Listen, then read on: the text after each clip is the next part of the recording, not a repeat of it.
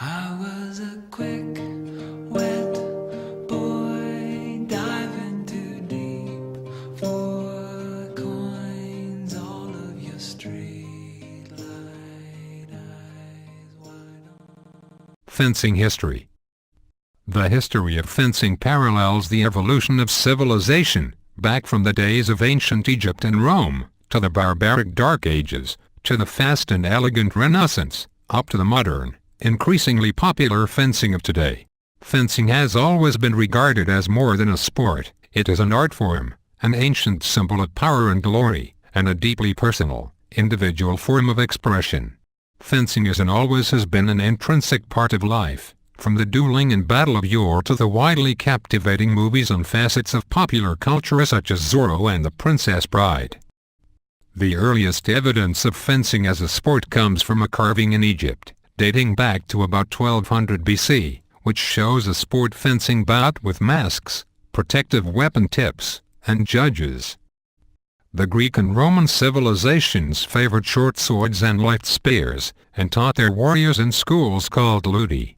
The collapse of the Roman civilization at around 476 AD, however, brought the crude, heavy weapons of the barbarian invaders and signaled a regression of fencing through the Dark Ages.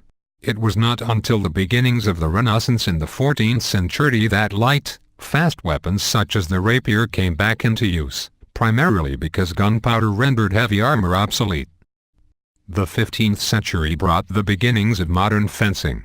Spain had the first true fencers, and the first two fencing manuals were published there in 1471 and 1474, but swordplay guilds such as the Marxbrüder from Germany began springing up all across Europe. About 1500 the Italians began extensive use of the rapier. The right hand held te weapon while the left hand held a dagger, often called a main gauche, or buckler, a small shield, used for parrying blows. Italian fencing masters, such as Agrippa, who invented the four fencing positions, prime, second, tierce, and quarte, and masters Grassi and Viggiani, who invented the lunge, became very prolific in this time. The 16th century also brought a large increase in the popularity of dueling. More noblemen during this period were killed in dueling than in war. The Queen Catherine de' Medici of France had many Italian fencing masters come to France and develop fencing there. She was so successful that in 1567, her son, King Charles IX, officially recognized the French Fencing Academy, and awarded many hereditary titles to the new French fencing masters. These new masters were the first to classify and define fencing attacks and parries. In 1573 Henri de Saint-Didier was the first French fencing master to publish a treatise, and one of the first to advocate heavy use of the épée copyright instead of the rapier. During the 17th century several major changes occurred in fencing. The a circumflex floretta, or foil, was developed in France as a lighter training weapon for dueling. Right-of-way, a set of rules which made the game a series of alternating attacks and defense, became generally accepted. With right-of-way, duelists were unlikely to impale each other, as they did not both attack at the same time. This made fencing safer and reduced the number of casualties to dueling. In the 18th century the heavier weapon called the épée copyright became the popular weapon for dueling. The saber, a weapon descended from the Oriental scimitar, became the national weapon of Hungary, and while the Italians helped develop the sport immensely, the Hungarians stayed the true masters of the saber. 1780 brought an extremely important development to fencing. The French fencing master Labossière invented the fencing mask, allowing a much safer bout. This sparked a lot of development in non-fatal technique and strategy.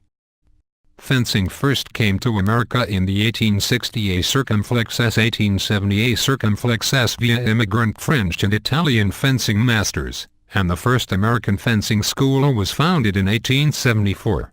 By this time fencing less resembled its violent roots and was now considered an unharmful sport. Dueling never completely died out until after the end of World War I, but the majority of fencers were not warriors.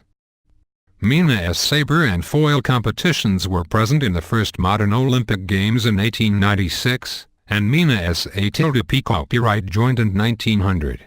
Woman S. Foyle joined the Olympics in 1924, but it was not until 1996 that Woman S.A. P. Copyright joined. At the beginning of the 20th century, French, Italians, and Hungarians were the masters of the sport, and thus it is not surprised that the International Fencing Federation (FI) was founded in France. The French, Italians and Hungarians maintained their grip on the sport until the 1950 circumflex, when Eastern European countries such as the Soviet Union and Romania came to the fore.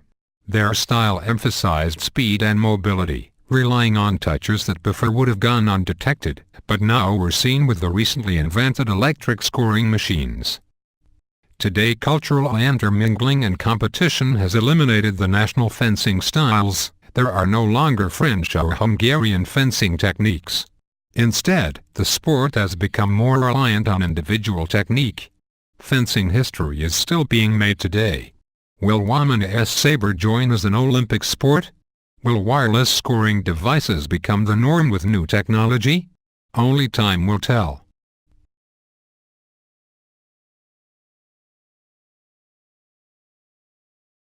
I was a quick, wet